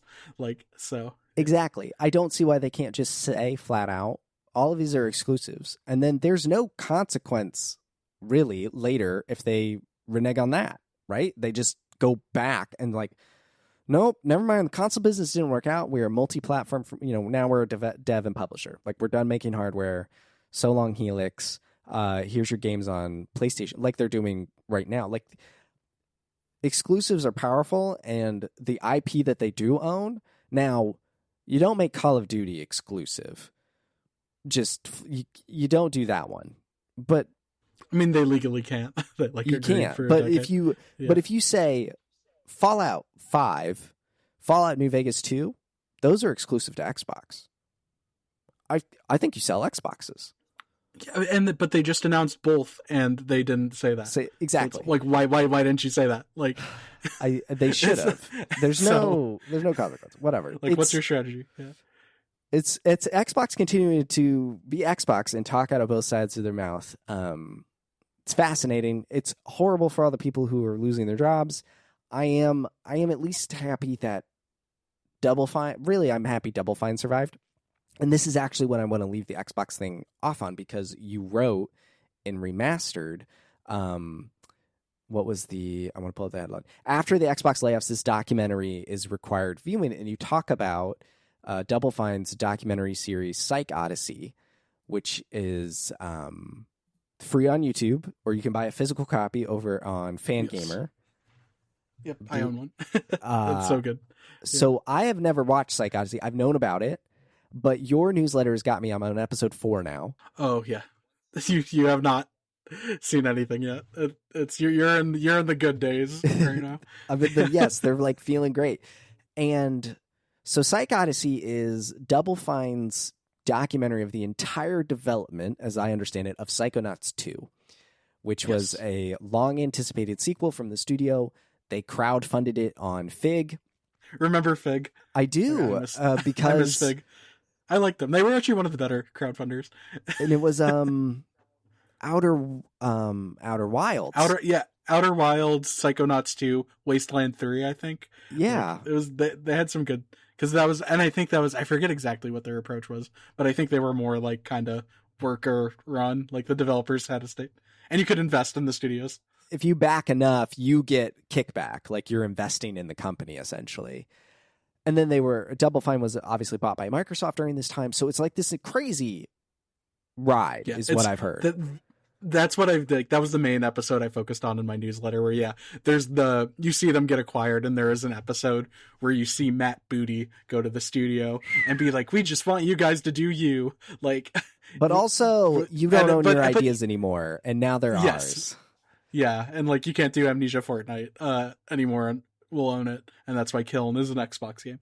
And it's like, and so it's, you see, and you can see like there's a lot in that where you see people being like, okay, I kind of do think this is like weird and not Double Fine, but like apparently we're trusted right now, and it's like, I don't know. I hope I hope the documentary crew that's like employed there is doing something right now, because if they do a documentary about this period, it's going to be fascinating. Yeah, but it's I would recommend Psych-Odyssey, because it's not only a great documentary about like that, how the game industry changed between like 2014 and 2021, but it really humanizes game development, and it makes you much less like pro corporate, and a move with like, that was the point I ultimately made with all these layoffs, where it's like, while some people can have fun like playing like CEO and like, oh, here's what I do, it's like watching like Psych-Odyssey, you're like, oh, even now that they're all independent again, which is good, you now have like all of these people at Double Fine who went through all these struggles making a game we love, like, that are now in a more uneasy situation because of like Microsoft's poor decision.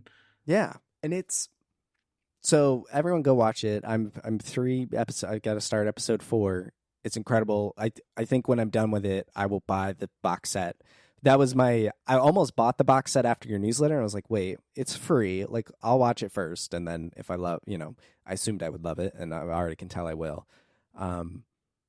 It's remarkable, and that they made this entire thing free is also remarkable, because it shows that Double Fine actually cares about telling the story of creation and game development, and you really couldn't ask for like a more fascinating time, I think, and a more fascinating game for them to like focus on. So have they brought in that outside designer to run Psychonauts 2 yet? No. So I'm still in Rhombus of Ruin.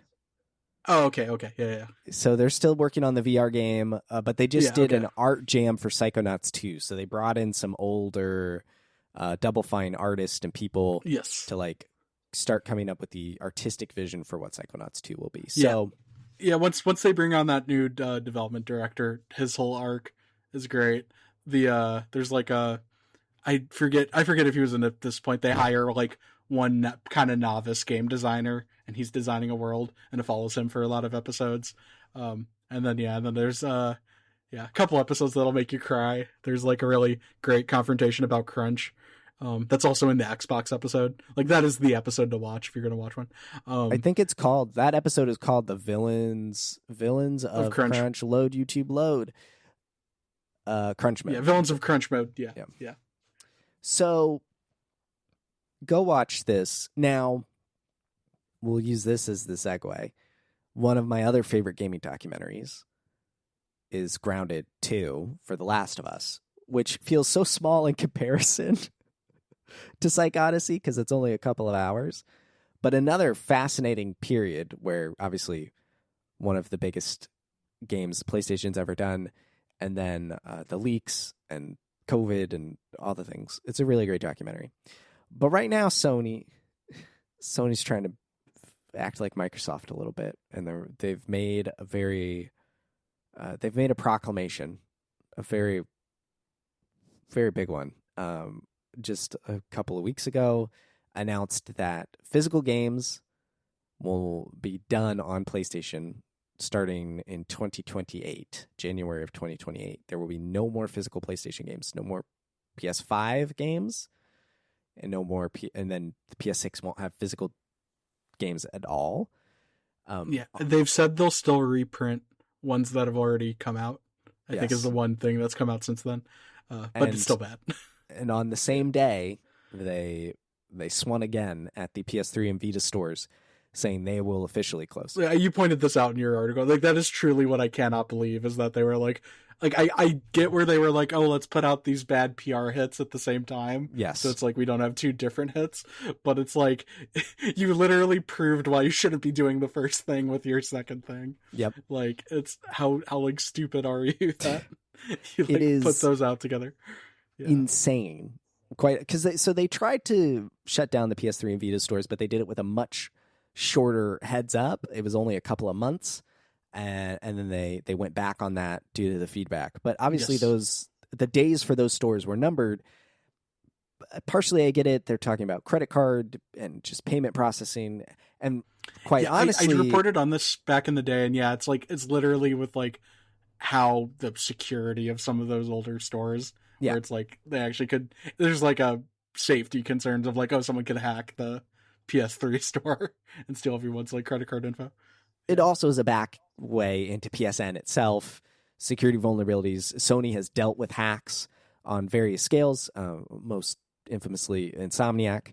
We know what they're up to for the next decade. But wrong studio. It's Sucker Punch made infamous. No, I'm joking. Did I say infamous? Did I say? No, you said infamously Insomniac. Oh, one edit I still remember from my first year at DualShockers was I wrote that Insomniac was making the Spider-Man game when they announced it, and I think Ryan or whoever the editor was at the time changed it to Sucker Punch. And then I got the note from Giuseppe, who was in charge at the time, of like, why did you put Sucker Punch in this? It's wrong. And I was like, I wrote Insomniac, and someone changed it to Sucker Punch. And like, that was wrong. And then I got yelled at for it being Sucker Punch. So I still remember that one. I remember writing an article about Death Stranding and how Norman Reedus's tattoos in real life were in the game. Because I was watching The Walking Dead, and you could see the little skull on his hand, and I was like, oh, that's in the game. I wrote that, and the editor in chief at the time was like, oh, we don't need to publish that. Like, that won't do well. And then later he took my article and published it. Like, he wrote it and put his byline on it. I said, whoa, dude. Whoa. This is mine. Oh, geez, please, yeah, I didn't. Yeah, please don't do this. I wrote that. I literally did it for you. And he's like, we'll share the byline. I'm like, you suck. Whatever. Yeah, that sucks. Yeah, it was not fun. Anyway, the physical media going away, and to be clear, right now there are rumors that Xbox is actually going to go back on their diskless future and maybe include a disk drive for the Xbox. So we'll see if that actually comes to pass, but I'll say that here for the record. But you take this news as someone, who is a huge physical collection, over, I think, around 500 games physically, many of them PlayStation. I've literally have been playing from the inception of disc-based games to now their end, which also feels horrifyingly old. It's quite the move. They claim it's because digital sales are so up, and they are up. This is true. I'm not ignorant of that, but they're also not being completely honest with the numbers, in the sense that, there are older games being put back on stores so things sell for those things. Like Call of Duty Black Ops 2 just went up and killed, but there is no physical option for Call of Duty Black Ops 2. I think what I would add there is a thing where it's like physical games are selling much less. Like I don't know the exact numbers, but I think like Matt Piscatella from Circana put out a thing where it's like only like 10 games have sold 100,000 physical copies on PS5 this year or something. Yeah. And it's like, that's not great. But I think what's lost, and like this is what my post was about, is like, we're here because of what the actions companies like Sony and Microsoft took, where like they've been pushing us to their online stores. They've been making the games online focused, where it's easier to have it digitally. They've been de-emphasizing physical. Like there's fewer game stores now than there were a long time ago. So it's like, they can say like, oh, the data shows that like people buy more digital now, and that makes sense. But it is like, we are here because of actions all of these companies made over the past decade to pivot to digital, and not necessarily just that like, oh, it's not the consumer's fault this is happening, I think was basically essentially my point, where it's like, I think the way PlayStation kind of spun it in their announcement was like, oh, due to like consumer habits, we're not doing physical anymore. And it's like, no. Due to like the habits you gave consumers, you don't want to do this anymore.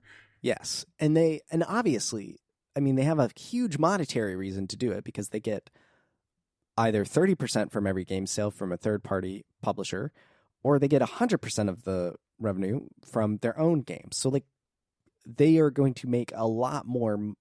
They're going to make more money off of someone like me, who always would buy physical when given the option, than they ever were before. And it's really tough because I've been saying for a long time, because people will ask, well, I wonder if this, like, the next one will be all digital or something. I'm like, well, to do it, I never thought they would do it for the PS6 because that would require them to break backward compatibility with their consumer on some level. It's like the PS6, while probably can play PS4 games and surely will play PS5, it won't be able to play my library because my library of PS4 and PS5 games primarily is physical. And I was like, they won't do that the next gen. They will take a generation to prepare, like be like, hey, do this basically over a longer term than giving a year and a half notice. So that was kind of what was so shocking to me, was like, wow, they are really it's the most, now it's an I keep using this word, now it's going to be an infamous clip from E3 where Shuhei Yoshida hands Adam Boyes Killzone Shadowfall. It's like, this is how you share games on PS4 because the slam dunk on the all-digital Xbox One and Don Matrick, and they filmed this like in an afternoon, and that video had so much applause. And now it's not even a thing. And you pair that with, I think most famously this year, Colin Moriarty's PSN being hacked. But the idea or the realization that a lot of people are coming to now is you are not buying a game when you buy it digitally. You are buying a license. And the games can be taken away at a moment's notice. I learned this lesson actually a really long time ago on iTunes. I don't know if you were ever familiar with the show on Nickelodeon called Mr. Meaty. It was a puppet show. Yes, yeah. That freaked me out when I was a kid. Yeah. Oh, I loved Mr. Meaty. It's so funny. But Mr. Meaty only had one season. It didn't do very well. It was basically a puppet show. I wonder why. It scared a child. And it was about guys that worked in a mall, burger joint. And they got up to shenanigans. Well, I love that show, so I bought it when I got my iPod Classic, and I would watch episodes. Well, at some point, not terribly long after, the show was delisted from iTunes, and you could not get it back. You could not re-download it. Now, I actually still have the video files, but they're encrypted behind DRM. So I still can't watch the show that I paid for, but I was buying a license at the time, and I learned very early, oh, I don't own this. They can take it away. I think a famous video game example, besides more recently this year, something like Concord, where there was physical games on store shelves, or High Guard, while no physical version, the game was up and gone. PT, Playable Teaser, from Hideo Kojima and Silent Hill. That game, gone. Nuked from the PSN, and you couldn't re-download it unless you did like a super hacky thing with your router. Yeah. Well, what's freakier too, though, is like, just due to how digital stores worked at the time, like they could delist PT, but you could still play it. Yes. Nowadays, with how a lot of games are, like there's a world where like something like PT, they delist it and you can no longer like boot up PT on your PlayStation. Even though like, the file is sitting right there. Yeah. So that's like the subtle difference.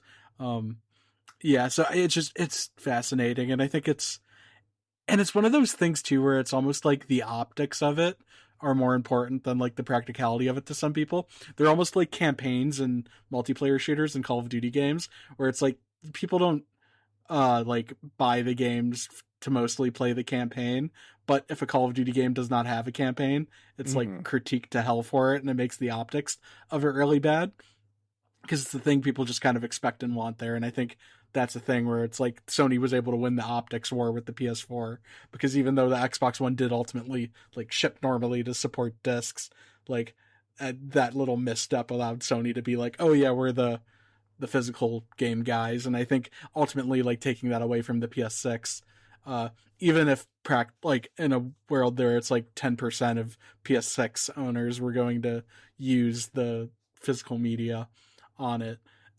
It's the optics of like people feeling like they have the option, because I mean like digital versions of the PS5 and Xbox already exist and have like sold millions of units, so it's not like They were there day one. this is even yeah, it's not like this is a new thing and like they've sold millions of those kinds of consoles, but it is just a thing. But people like to know that like, oh well, if I wanted to, I could go to the store and buy this physically. But like when you only care about margins and profit, you don't care about like optics as much. So, and I hadn't even considered this, but how many digital PS5s were sold because it was cheaper, which sure, whatever, which then automatically alters digital sales, because the only option you have at that point is digital. It's like, oh yeah, that's what I was alluding to with like where it's like the industry pushed people towards digitally because it became that kind of thing, or that thing where it's like, oh, you put the disc in your console and then you still have to like connect online and update it to play, so you might as well just get it digitally and remove the like gas to drive to the store, so it's things like that where it's like over time the industry just slowly like made digital way more convenient, which it like is in a lot of ways, but then now they made people comfortable enough where they're like, oh, and by the way, you don't care about physical anymore. Yeah, but it's just ultimately really bad optics for them that I think like even if it financially doesn't end up impacting them that much, like optically it does. I also think there's been like statements they've alluded to the fact that, and there's been like some leaks and rumors where like it's quite possible the PS6 is like a handheld or something. I know that's a rumor I see flying around, and so I am curious if it's a thing where the PS6 physically wouldn't be able to really take discs like that, and so they just decided to use next gen as an opportunity to like rip the band-aid off because they already didn't want to do it. And they were like, instead of doing like a fancy workaround, like we know we're not making physical PS6 games, so let's just stop making all physical games. Like doesn't justify the decision, but like I feel like that's what finally would have made them like, okay, well we're just going to make the PS6 a digital only console, so then we don't need to be doing this for PS5 anymore as well. Like I'd have to assume that would feed into it in some way. I would believe that. I have not seen reports that the PS6 specifically is handheld. I do know Sony is working on a handheld. I've seen those reports just in general, like they're making a handheld, a real handheld console, not the Portal, which is great. They should have never stopped really, or at least given it a beat after the Vita. But those types of things clearly are very prominent. Just look at the success of the Nintendo Switch. But then also the Steam, or the I want to say Steam Machine. That's not the name of it. It's also not the Index. That's the headset. Steam Deck. Steam Deck. Thank you. Those types of consoles, while I would argue are not handheld because they're so cumbersome, there's a market for portability in games. But even then, I don't. And again, I'm so biased, right? I have a massive collection. There are DS carts on my desk right now because I'm doing Pokemon Jiu-Jitsu moving things. But it's like even a handheld console can have physical things. And Nintendo, here on the Switch 2, rather, I'm not going to say the word again, virtual key cards.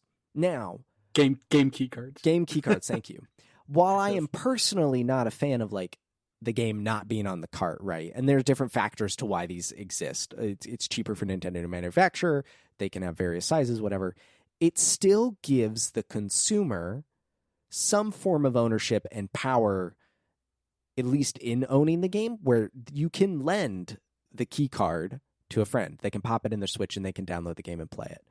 You can sell the key card to someone or to a store. While I don't own the game, it's just a key to unlock the license. I at least like can pass it around. And then also Nintendo, in their family system, like allow you to lend digital games to someone else within your family. I think there's like a 14-day timer on it or something. Maybe that could be laxed a little bit. But currently, you can't share a digital game with anyone. Even if there is like a PlayStation family route, which I don't believe there is at this time. I could be mistaken. Same thing on Xbox. You can't share your digital game in any way, shape, or form. So you're completely cutting off like a form of just affordability for families, or the ability to share your games with people and just like your friends and have that kind of social, natural marketing. It's ultimately with digital games, I think there's just like, and they have no reason to sort these things out, which is why they haven't yet. But there's some things that need to like happen there where it needs to be like more easily shareable, kind of like what Nintendo did. Or like even just at the very least, and like, stop killing games and all of that exists. And I understand that it's kind of impossible to tell a company that like, oh, you have to make your proprietary IP and tech like open source to keep the games alive. But like at the very least being a thing that like, if this game's shutting down, we're refunding everybody and we're like making sure like, because like, were you refunded for those Mr. Meaty episodes you lost? Or No, could you God, just, no. like, not access. Yeah, exactly. So like, that's the thing with digital rights management that makes it up, where it is like a, like, well, you should give me the money if I paid for this license and the license is now useless. Like, you should be paying me back. And I think that kind of punishment almost for the companies. Like, I would be more comfortable with an all digital feature if I could share my digital games and I could get a full refund if I were to lose access to the digital games due to something out of my control. Like, but those don't exist. Yeah. Like you can't go buy, I think, Forza Horizon 1 through 4 now, I think. They're all because they're delisted. Because why? Licensing deals like with products or music in the games, and they just don't want to renew them. So it's like, well, the only way to play those games now is either you bought them before they went away and then can download them, or you have the disc. Another piece of this is it's kind of twofold. There's pricing, where like physical games will go down in price generally faster. They also can go up in price as you look at older games. That also can happen. Or like the limited run type of prints of games. But another thing that we know happens is they will remake a game or remaster a game. And then suddenly the old game will either go back up to its original MSRP or be completely taken off where you can't buy it at a cheaper price. So they did this with Horizon Zero Dawn, where they remade it, and that game went up. Nintendo did this with Donkey Kong Tropical Freeze. Like on the Wii U, it went away when the Switch version came out, or went up in price, one of the two.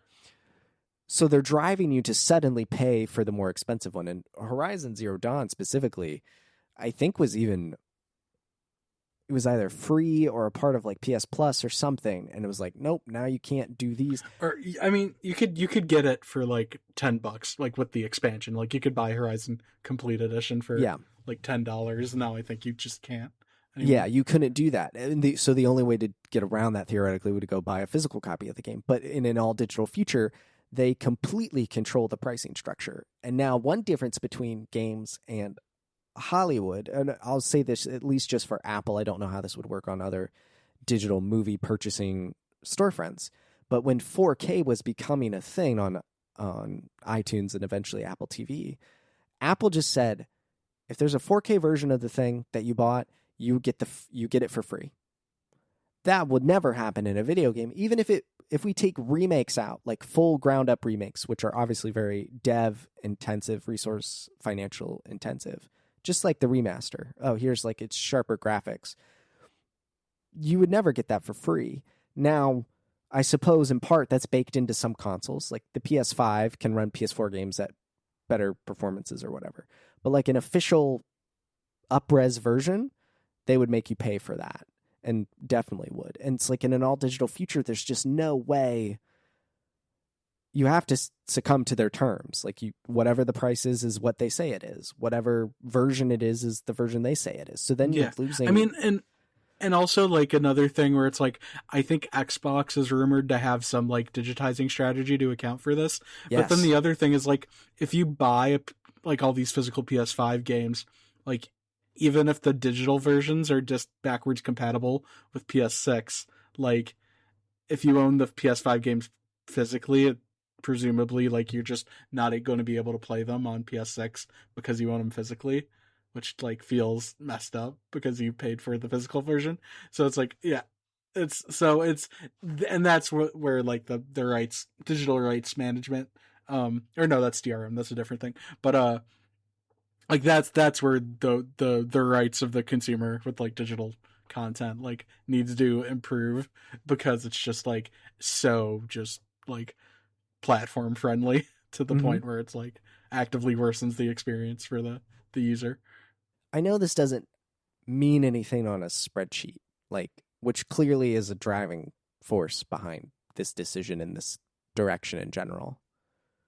But like, I told my wife about it the day it happened, because I truly saw the news and it was like a gut punch. I was like, oh, because I didn't think it was going to happen this soon, right?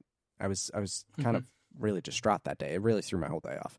But I told her that she's a very casual gamer. She loves her Animal Crossings, her Stardew's, Mario Karts. Like, she plays games, but very casually.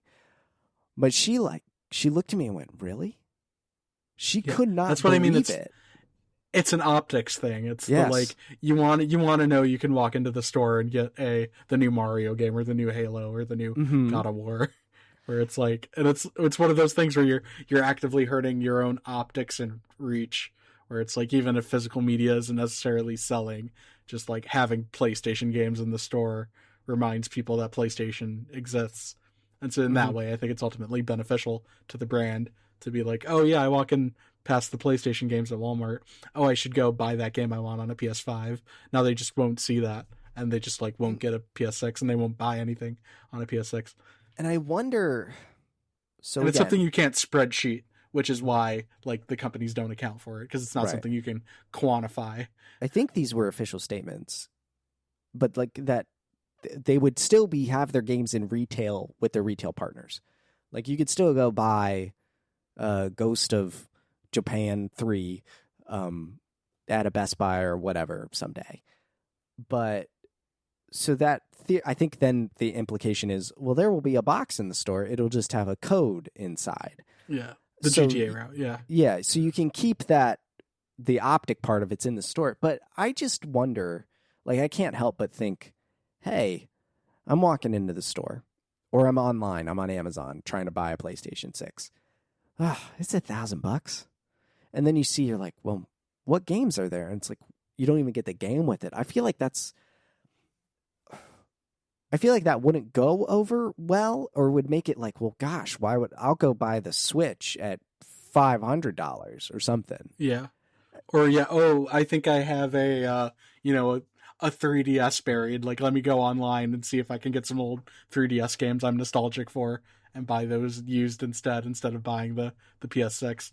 And like, I could spend $1,000 on 3DS games instead of like a new games. And it's those subtle decisions that like you can't even track, that just like, even if the PS6 like in whatever form it takes is a success, like it will change who's playing and how people interact with it for that reason.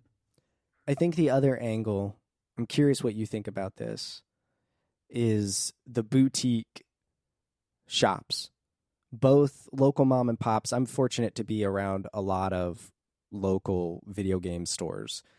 So the used market is quite strong here in Central Florida. It's also quite expensive, God help me. But like, this puts a clock on. Now, granted, they have 8 generations of consoles and games to like supply that, but they won't be able to sell, some used PS6 game. Like, that just won't be a thing that they can do someday, or future PS5 games. But then also companies like Limited Run, I'm 8-Bit, Fangamer, who do these beautiful, robust kind of, complete editions of indie games or long lost titles and put them out physically. I've got many indie games behind me that I waited for a physical release for, or something. Sea of Stars, Outer Wilds, that's how I played it physically. I have River City Girls 1 and 2, like all these funky and different games that never would get this. But now it's like, these companies got to be kind of wigging out a little bit, don't you think? Yes and no. I think there's obviously going to be some impact on the business because you're not selling new games anymore, which obviously will impact them. For the stores, they, like you said, they still do have so much like back catalog of games to sell that I think like for a while they'll be okay, and maybe in like another 20 years it might be a thing where it's like, oh, we're running out of physical media to sell potentially. But I think that's like a can that's kicked far enough down where it isn't really a short-term issue.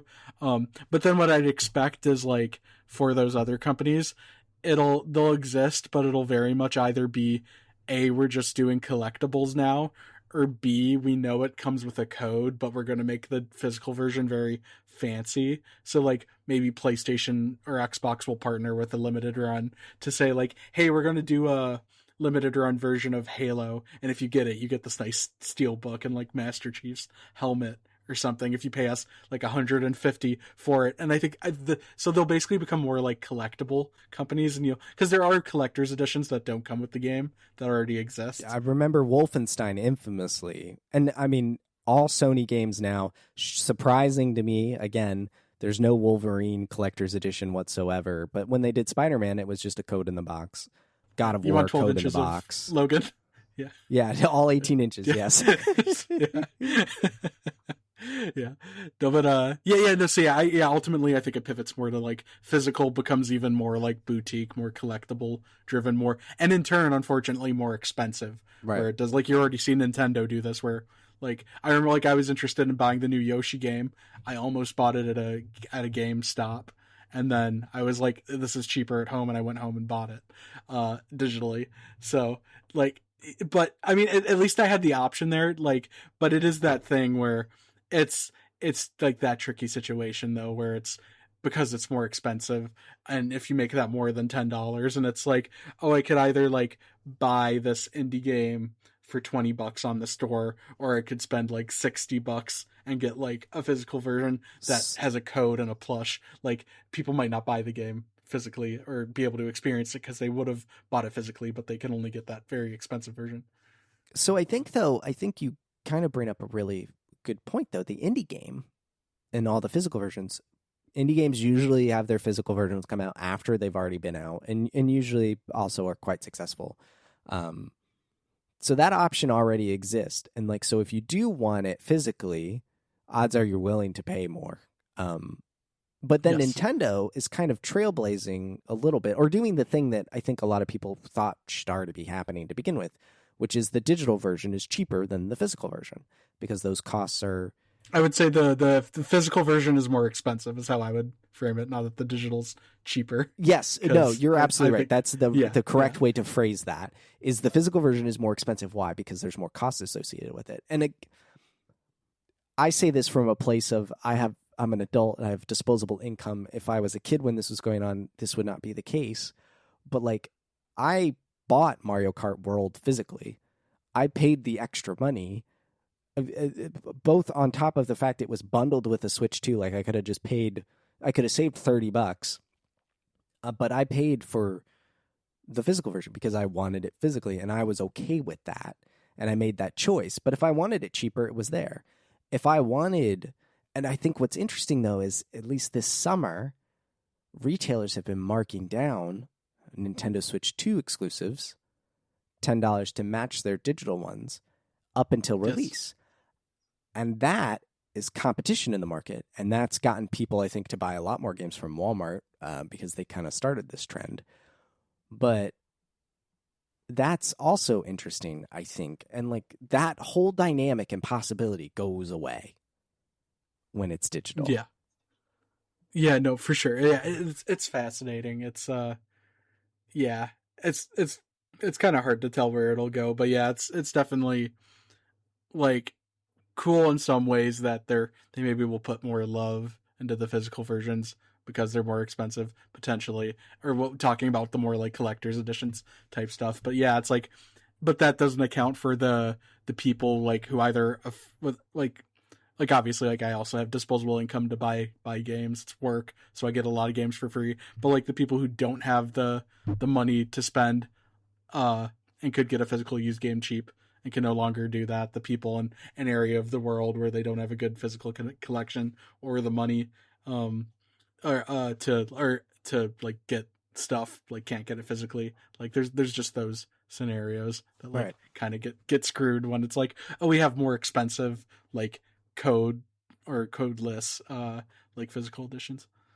Yeah. It's not fun. Nope. Yeah, things are bad. No Things- easy solutions. Yeah, things are bad. God. Mr. Reggie, come back to Nintendo and save us, please. Yeah. We need Reggie and Mr. Meaty to come back. Oh my Things will be gosh. better. Save us, Mr. Meaty. Bring back. There you go. That's the answer. Yeah, A Nintendo TV series with the puppets from that super iconic Yeah. 3D or E3, not 3D. It's E3. When Nintendo had nothing, they had puppets. Like that's the move Yeah. they pulled. They're like, Oh yeah, I'm so nostalgic for the Wii U era because like the 3DS Wii U era is when I really got into Nintendo, and I know it's like their worst era, but there's like a lot of cool stuff they did because they sucked in those like yes, 6 years. So it's gotta, and you do see the building blocks where like you see where they got to like what they learned. Like they basically had to like mess up so badly that they then like did switch so well. So it's one of those like it's just fascinating to look back on. it really the Wii U in particular. So like the 3DS started poorly because of the cost. Gosh, can you? It was $250, and then they dropped You the can get a price. 2DS with Mario Kart for $80. The price of Mario Kart World, you could get a system with a Mario Kart for just a couple years prior. It's insane. But yeah, the 3DS started so poorly and went on to be so strong, and then the Wii U never stood a chance because of the confusing marketing around it, and then a lag of games. But what I am happy about is that most Wii U exclusives have made the jump to Switch 2, and there's only a few left on there that really are kind of locked. Devil's Third, real horrible. But actual things like Affordable Space Machine is like the one that literally is just made for it. Which so one? You can't. Affordable Space Machine, I think is the name of it. It's an indie game that like used the gamepad as you like managed a ship, basically. Okay. And it's really cool. But it's one of those games that's made so much for the hardware Right. that like it's never going to be on anything else. And it was I think digital of only. So yeah, Kirby and the Rainbow Curse. I think of a Yes. lot, or any of those asymmetrical, like Nintendo Land, like the Mushroom Toad Yes. hide and seek game. Like you can't do that without Yeah. dual screen experience. I love Wii Party U is one of my favorite Yes. game titles. It's a great game and also super expensive. Yes. Both Wii parties are great and expensive. Yeah. It's a hard time out there to be a good Wii party game. They should do Anyway, a Switch party. I'm surprised they haven't brought It's that back. It's called Everybody Want to Switch. Oh, you're right. Yeah, that is. Oh God. What did I ask for? Oh no. Yeah. Every year I get together with Logan and Mike and another guy Grant, and then sometimes Mario comes out with us. But anyway, we always get each other gifts, and usually they're jokey gifts. And 2 years ago, for $5 a pop, thanks Best Buy, I got Everybody Want to Switch for everybody. This is Nice. horrific purchase for everyone. This is like, here you go.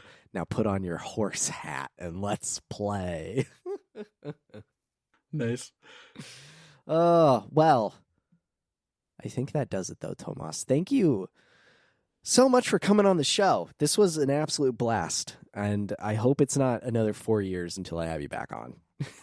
Yeah. No. I mean, I'm free. So next time, Microsoft steps on a rake, feel free to call. They're laying them out. So. Well, if that happens, it might become a regular, just another show. Like, just here, it's time Yeah. for Xbox Breakdown with Tomas. Yep. The fine folks can go find you over at Polygon on the weekend, sometimes during the week, but on the weekend. You can check out polygon.com or over at remastered.blog and sign up Yes. for the old newsletter. Yeah. Completely free. I have a Ko-Fi, but the newsletter is completely free right now. So please subscribe. You'll just get it every Thursday morning, 11 a.m. Eastern. So yeah, thank you. If you've listened this far, I think you'd like the newsletter. So yeah, You would. I can guarantee it. Like the old Men's Warehouse. I guarantee it. or Podcast Beyond if you really listened back in those days. But go check out Remastered. It's wonderful.